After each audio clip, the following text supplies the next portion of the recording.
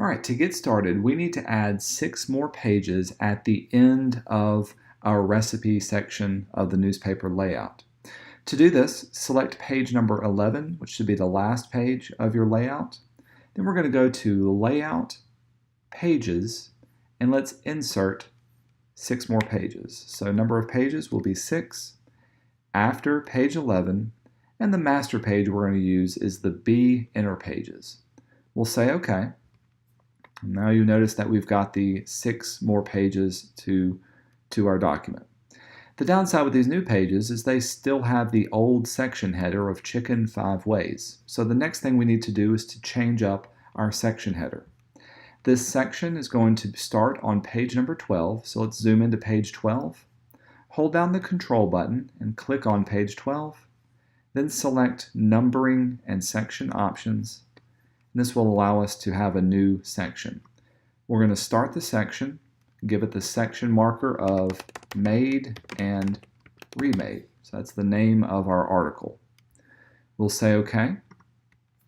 And now you'll notice every page that's after 11, starting on page 12, now has the section of Made and Remade as that article title. OK, with that done, let's go back into normal view mode so I can see my bleed marks and also my inner margins. Let's give each of our pages a grid structure. Now, just like a newspaper has a grid structure of vertical columns, we're also going to add some rows to this.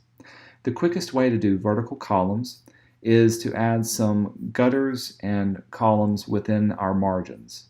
So back in our Pages panel, I'm going to hold down Shift and select pages 12 through 17. With those selected, we'll go up to Layout, choose Margins and Columns, and then we're going to give it 3 columns with a gutter of 1/4 of an inch.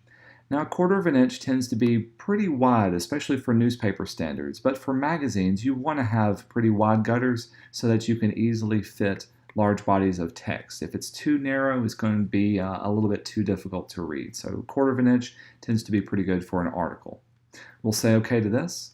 Notice now all of the pages that we had selected have 3 columns within their margins. In order to get row column structure, let's go back up to pages 12 and 13. Again, in your margins, or excuse me, your Pages panel, select both of those pages. We'll go to Layout, and let's create some guides. With these guides, you'll notice I've got Preview turned on. You can type in a number of rows, and it'll automatically add those guides in rows on our page. So let's give us 7 rows with a gutter of 0. So notice that these will have no gutter, just be a solid line.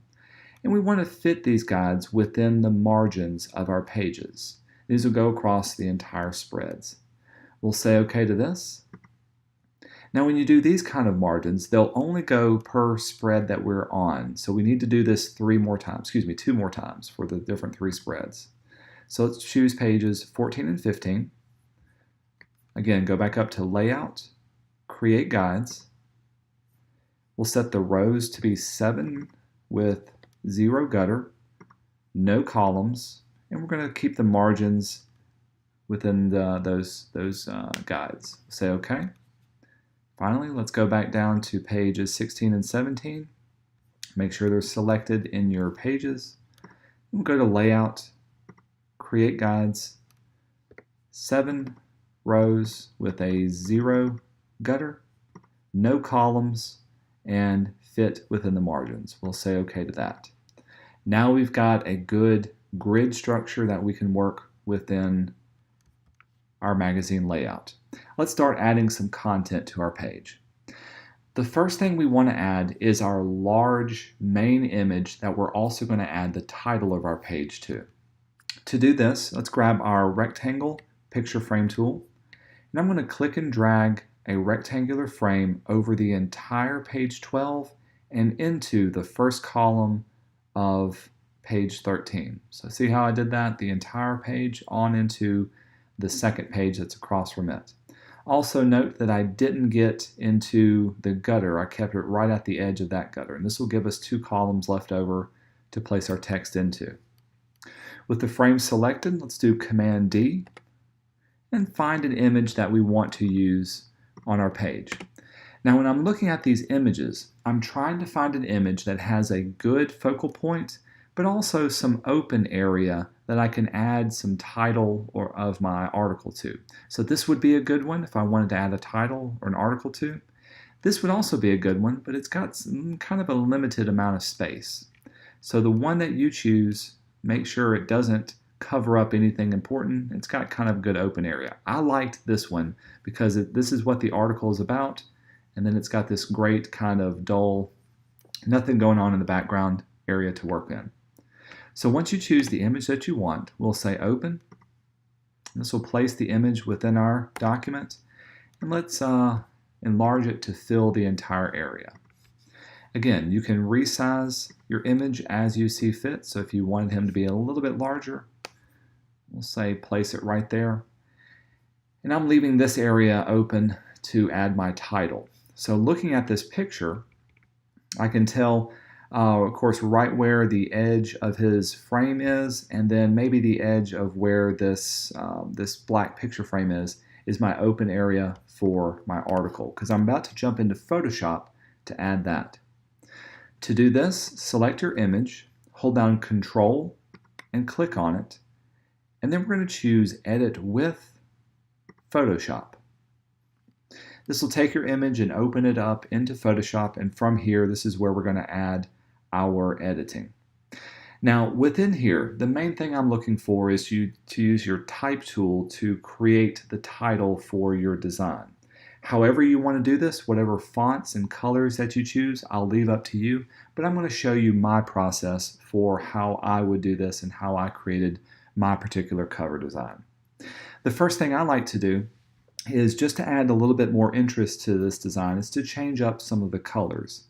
One of the quickest and easiest ways of doing this is to go to your Adjustments panel and then choose one of the adjustments to blend in your colors. I like the last one of Gradient Map.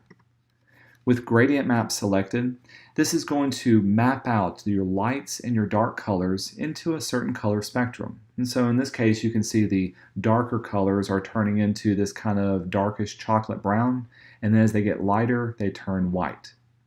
Now, with this particular adjustment, I can click on the line, and I can also change it up to be whatever color I want it to be. So if I want it to be maybe these kind of lighter orangey type colors, let's maybe pull it down a little bit more into the gold area.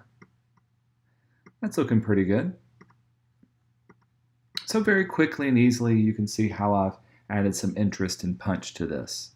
The other thing that you can do once you've added an adjustment is to change up your blending mode. I've got my gradient map selected.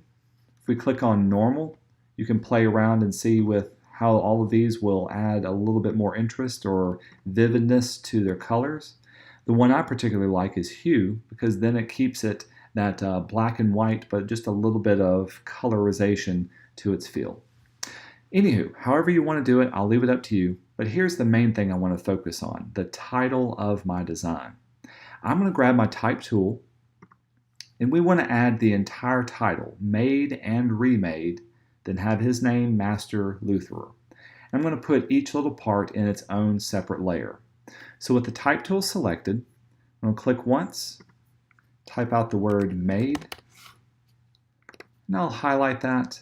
I've got my character panel open so I can change up the color and selection of this. Let's make it, let's do kind of that orange feel. I like that orange. We'll say OK.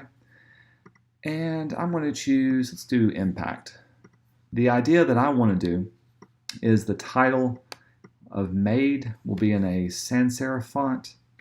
I'm going to hold down Option, click and drag, and that'll quickly copy my layer. We'll type out the ampersand, Made, and let's do Remade in a serifed font. So Remade. Looks pretty good. We'll highlight it, and to choose a good serifed font, I think Baskerville was pretty good for that one.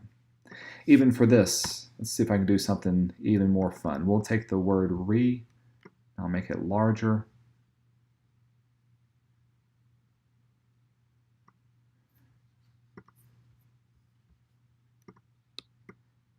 And then we'll shrink it down so that everything fits well. Again, I'm looking inside of my area and I'm keeping it between those two markers that I saw on my InDesign file. Let's make made a little larger. And I don't necessarily like the look of this ampersand. Let's see if there's a better looking one we can use. American typewriter is not too bad. Let's see what a different color. So it's like it's taking one thing and turning it into something much more elegant, which is what the article is all about. So there's made and remade. For the rest of it, let's add his name to the bottom of this. So again, I'm going to grab my type tool and click once. Paste that to there as well. Maybe for this one, we'll put that in more of a condensed font.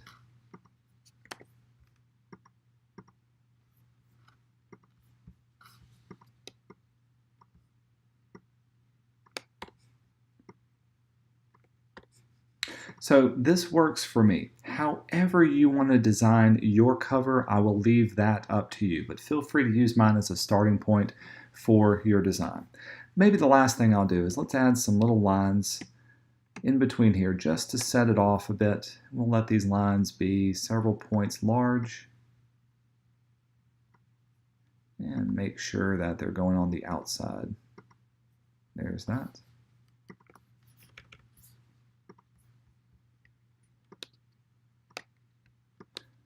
Now I do have another problem with this particular layout.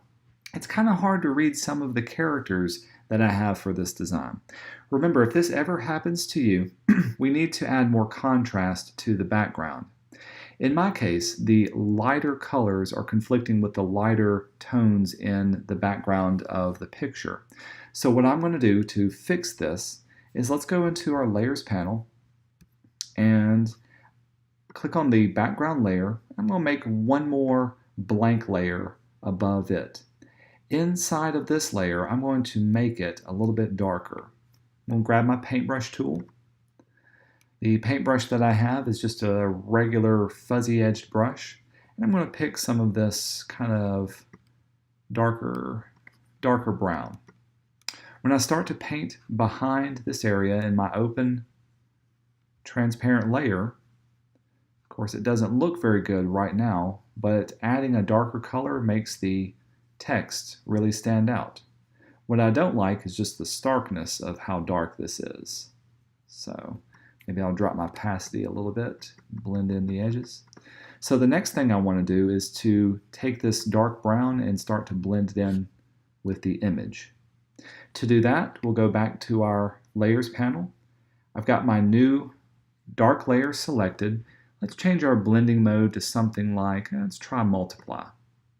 Multiply, you can now see, will pick up some of the darker colors. If I chose something like Screen, maybe too light, maybe even Overlay or Hard Light, that's not too bad in itself. If all else fails, I can always lower the opacity of the layer until I get exactly what I want. I think this reads much, much better. Once you got what you like, let's save up the file, Command S. I'm going to do it to the desktop, and I'm going to call this my cover photo. Photoshop format is what we need. We'll hit save, and then we'll close out our document. Let's jump back into InDesign. With that already set up, we can replace our image by going to File, down to Place, and let's choose from our desktop the cover Photoshop document. Now that I've got it placed in here, it looks really good, it fits well, it reads well, and this also gives us a good start for some color scheme that we can use for the remainder of our article.